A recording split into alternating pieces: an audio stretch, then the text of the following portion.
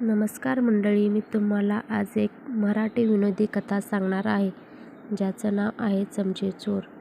एका श्रीमंत गृहस्थाकडे मेजवानीसाठी 40 जणांना बोलावले होते.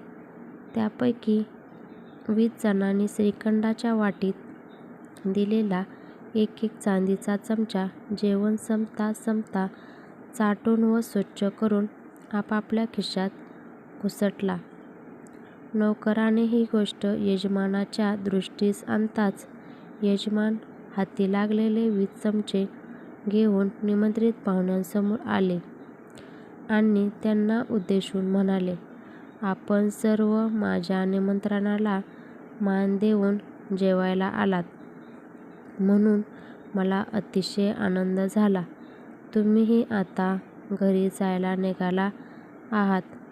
माझ्याकडे येऊन मला जसे तुम्ही आनंदित केलेत, तसेच तुम्हाला आनंदित करून सोडावे म्हणून मी माझ्या अंगात असलेल्या जादूच्या कलेची थोडीशी चुणूक तुम्हाला दाखवितो."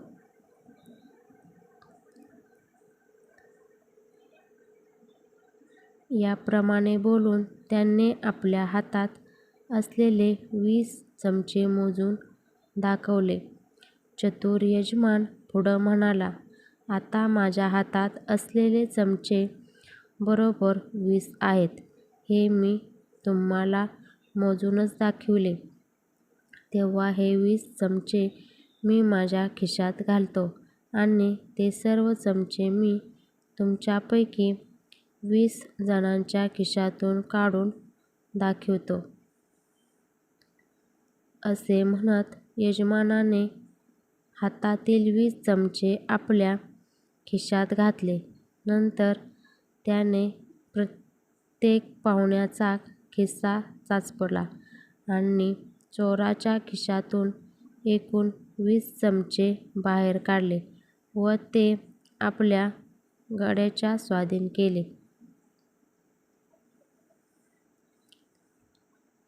आलेल्या पाहुण्यांचा अपमान होऊ न देता चोरीस गेलेले सर्व चमचे मिळविण्याची त्या यजमानाची युक्ती खरोखरच किती अपूर्व होती.